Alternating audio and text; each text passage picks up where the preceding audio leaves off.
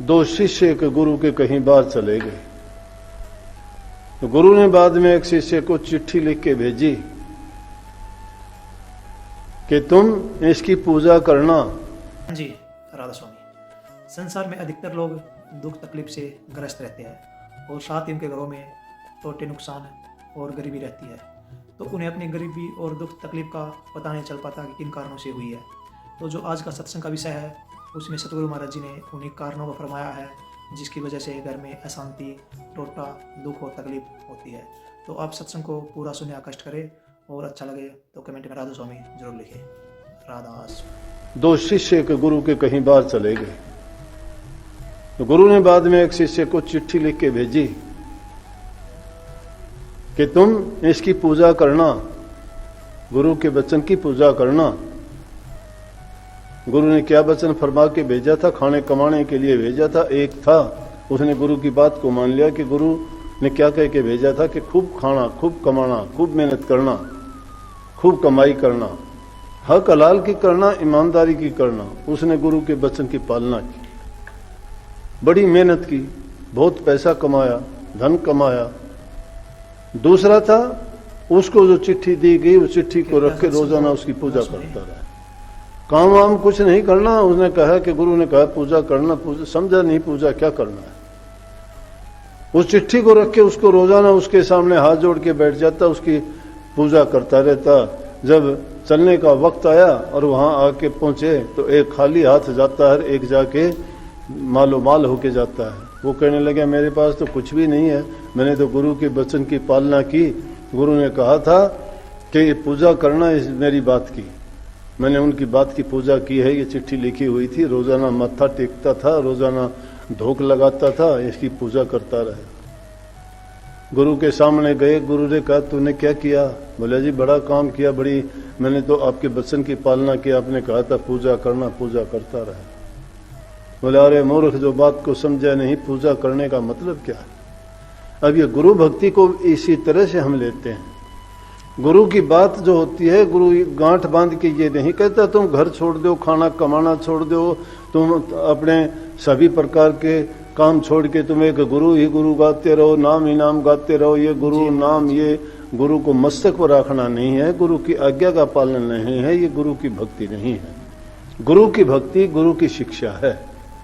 गुरु हमें क्या शिक्षा देता है कि अपने पूरी जिम्मेवारी के साथ जो हमारे निमित्त जो कार्य हैं, जिस रूप में है, पुत्र के रूप में, पिता के रूप में, पति के रूप में, बेटे के रूप में, भाई के रूप में, जिस रूप में भी हम हैं, जो हमारी जिम्मेवारियां हैं, उनको सही तरीके से निभाते हुए और उसके बीच में से समय निकाल के अपनी मनोवृत्ति को गुरु में जोड़ें और उनके वचन को याद रखें कि गुरु ने हमें क्या क्या शिक्षा दी है। अरे नाम का गुरु है, गुरु गुरु करते हो, गुरु के फोटो घरों में रखते हो, गुरु के वचन की कोई पालना नहीं, घरों में हालात ऐसे बना देते हो जैसे कि किसी दो देशों के बॉर्डर पर लड़ाई चल रही हो। सास बहू का झगड़ा है, बेटे बाप का झगड़ा है, भाई भाई का झगड़ा है। वहां कोई भी चीज कैसे आप कह सकते हो कि हमारे घर में गुरु भक्ति है, हमारे घर में सत्संग है, हमारे घर में हमने नाम ले रखा है। कितने ऐसे आपको सत्संगी मिलेंगे जो नाम लेके इन बातों का पालन करते हैं। अरे तुम्हारे नाम का प्रभाव तो क्या है, तुम्हारी संतान भी सत्संगी नहीं बन पाई, तुम्हारे रिश्तेदार भी तुम्हारे ऊपर इतबार नहीं कर पाए। क्यों नहीं कर पाए? तुम्हारे रिश्तेदार, तुम्हारे बेटे, तुम्हारी बेटियां, तुम्हारे भाई क्यों नहीं कर पाए? एकाध खराब हो सकता है, लेकिन सभी कैसे आपसे जुदा हो गए, कैसे मुख फेर लिया आपसे? इसका मतलब आपके अंदर उस नाम के प्रति, गुरु के प्रति भक्ति के कोई भी लक्षण दिखाई नहीं देते। आपने किसी चीज की पालना नहीं की। अगर उन चीजों की पालना करते तो तुम तो दुनिया को सुधारने वाले बन जाते। एक घर के दो आदमियों को तुम अपने पक्ष में नहीं कर सकते और चले वो दुनिया को सुधारने के लिए डींग मारते हो, भजन करते हैं, सत्संग करते हैं, नाम लेते हो, बड़े बड़े संतों के उनके उदाहरण देते हो। क्या काम आएंगे उदाहरण? वो संत अपनी जगह थे, उन्होंने महान काम किए थे तो महान थे वो। तुमने कौन सा महान काम किया है? गुरु की आज्ञा नहीं, गुरु का वचन नहीं, कोई अच्छा नेक काम नहीं, किसी से प्यार नहीं, जबान में मिठास नहीं, किसी के प्रति कोई अच्छी भावना नहीं। बुराइयों में जिंदगी बिताते हैं। बताओ, घरों में अशांति कर लेते हो, दिन में दिल में वही अग्नि भभकती रहती है पूरा दिन, वहां कैसे आपको नाम, शांति, संतोष और कैसे उनमें सुमति और अच्छे गुण ठहर पाएंगे? जिन्होंने ये नहीं सीखी तो फिर दुनियादारी को देख के बहे हुए हो, ऐसी चीजें ढूंढते फिरते हो जो चीजें तुम्हें दुनिया की ओर घसीट के ले जाती है। सत्संगी तो कहते हैं कि दुनियादारों को पीठ दिखाओ, उनको पीठ दिखाने का मतलब बुराइयों से बचो। ये दुनिया एक काजल की कोठड़ी है, काल की कोठड़ी है, इसमें कलंक लगते हैं, इसमें जितने फंसोगे उतने ही कलंक लग जाएंगे। ये आकर्षित करते हैं जीव को अपनी ओर, लालच देते हैं। लालच किस चीज का? जो जैसे कोई फंसे, जिस चीज में जो फंस जाए उसी में उसको फंसा लेते हैं।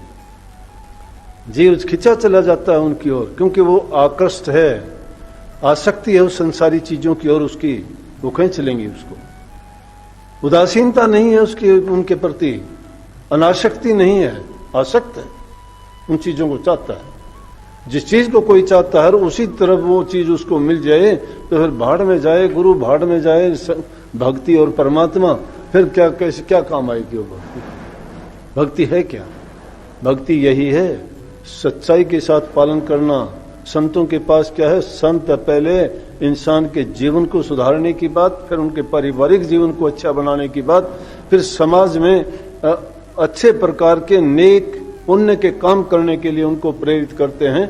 ऐसे समाज में रह के ऐसे अच्छे काम करके ही आदमी भक्ति के मार्ग पर आगे बढ़ सकता है।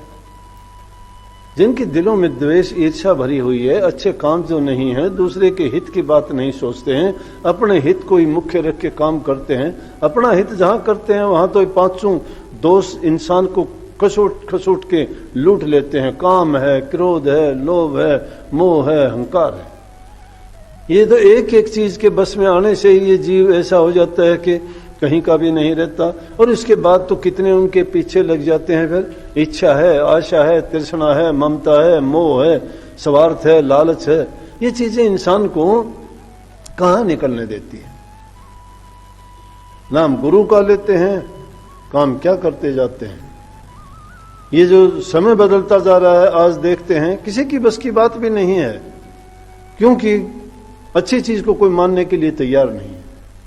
अगर वो चीजें किसी को कही भी जाती हैं तो उनको क्रोध आता है, दुख होता है। क्यों? वो उनकी इच्छाओं के अनुरूप नहीं है, वो जो चाहते हैं वो बातें नहीं हैं, ये उन बातों में उनकी रुचि नहीं है, ये बातें उनको इससे कानों से भी अंदर नहीं जाती। कम से कम कोई और बात हो, दुनियादारी की बात कोई भी हो, बुरी हो, किसी ने डाका डाल दिया, किसी ने किसी का कत्ल कर दिया, किसी ने किसी का और गंदी मंदी बात कितनी देखते हो, वो अगर हो गया आपसे पूरी कहानी सुन लो, सबके सब इतनी आपकी होगी, उसको जानने के लिए इतने ललायत रहोगे, उस बात की पुष्टि करने के लिए 10 से पूछोगे कि वहां हुआ था, वो क्या हुआ, वो क्या बात थी, वहां कैसे हुआ था। उस बात पर इतना जोर देते हो जिसमें हमारा कोई फायदा नहीं, जिससे हमारा कोई लेना देना नहीं और जिससे हमें कुछ मिलना भी नहीं। इंसान को वही बात सोचनी करनी चाहिए। नंबर 1, जो बात हमारे प्रति है, जो बात हमारे प्रति है उस बात को सुनना चाहिए। जो बात हमारे लिए नहीं हो क्यों सुने हम? जिस बात से हमें कुछ लाभ मिलता है वो बात सुननी चाहिए, जिससे हमें लाभ नहीं मिलता उस बात को क्यों सुने?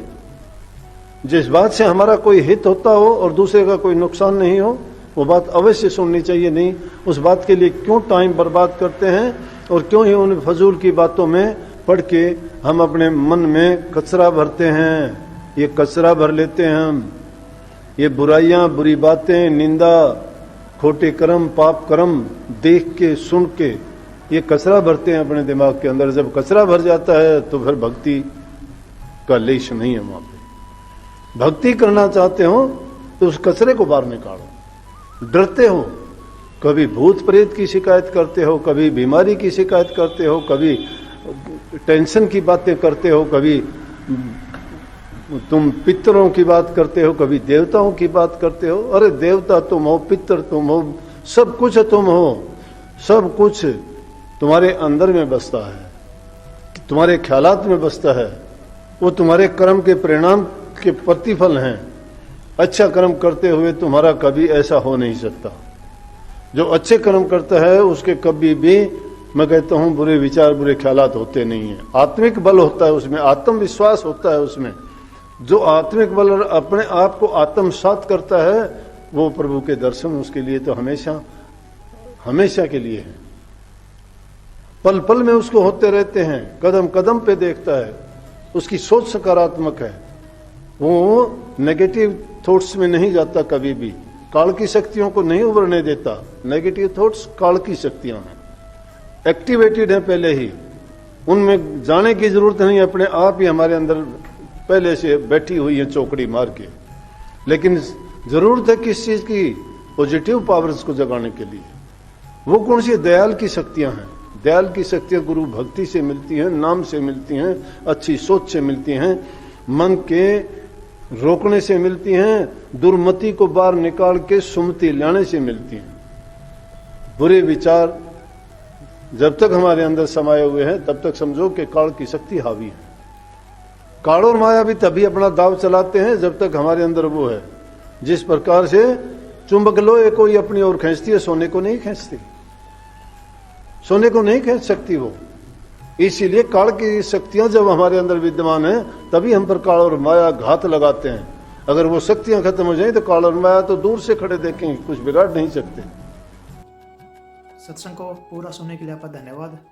सत्संग अच्छा लगा तो कमेंट में राधा स्वामी जरूर लिखे और महाराज जी की इन बातों को अपने जीवन में अवश्य उतारे ताकि आपका जीवन सक्सेसफुल हो सके, आपका जीवन सुखमय हो सके। राधा स्वामी।